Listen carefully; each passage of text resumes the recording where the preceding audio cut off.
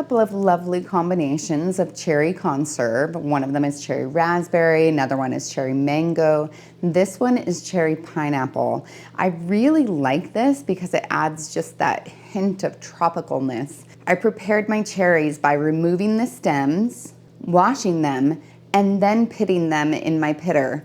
I really like this pitting device because it works so fast, but sometimes it does miss some pits, so then I have to go back through and just double check them.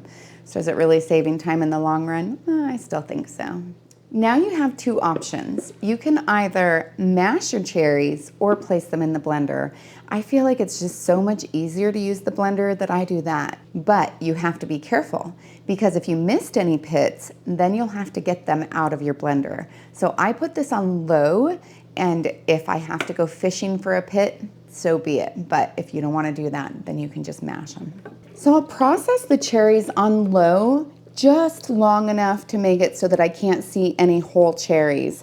You would think that it would make it too ground up, too fine, but as long as you keep the blender on low, it's actually just a really nice finely chopped cherry. Then I'll place my cherries into my pan, and I'll add 1 cup of crushed pineapple, a half a teaspoon of butter, and 3 cups of sugar. I'll then place this on the stove and cook it until it's thick. Now that it's thickened up well, I'll add half of a cup of chopped pecans. I like to chop them coarsely because I like the larger chunks of nuts in mine. Then I'll mix that in so that I get some in each jar. And I'll fill up my half-pint jars to 1/4 of an inch of headspace, which is a space from the top of the food to the top of the jar. Then I'll use a clean damp cloth to wipe off the rim of my jar so that if any conserve got on the edge, that it won't interfere with the seal. Then I'll place on my lids and rings until they're fingertip tight. I'm using American-made Superb lids today, and this is an affiliate that I've just recently started to have. I actually really love their lids and their jars, actually. In this case, I'm not using their jars because they don't have half pints yet, but I'm hoping that they will. But the lids are super thick. The metal itself feels just more substantial than the other ones. And the seal, it's nice and squishy and thick and just feels like it sticks to the jar a little bit better. I have a link and a coupon code for 20% off in the description below. So now I'll process these in the boiling water bath for 15 minutes if it's sea level. I'm at 1,200 feet, so I'll go for 20, but I won't start my timer until after it begins to boil.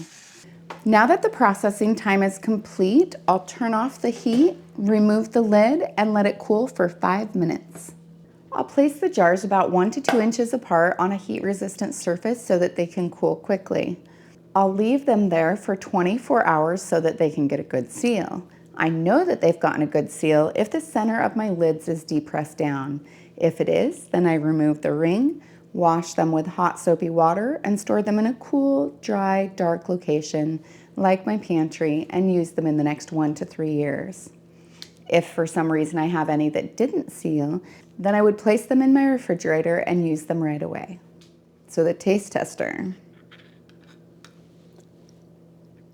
I really like that tropical flavor there.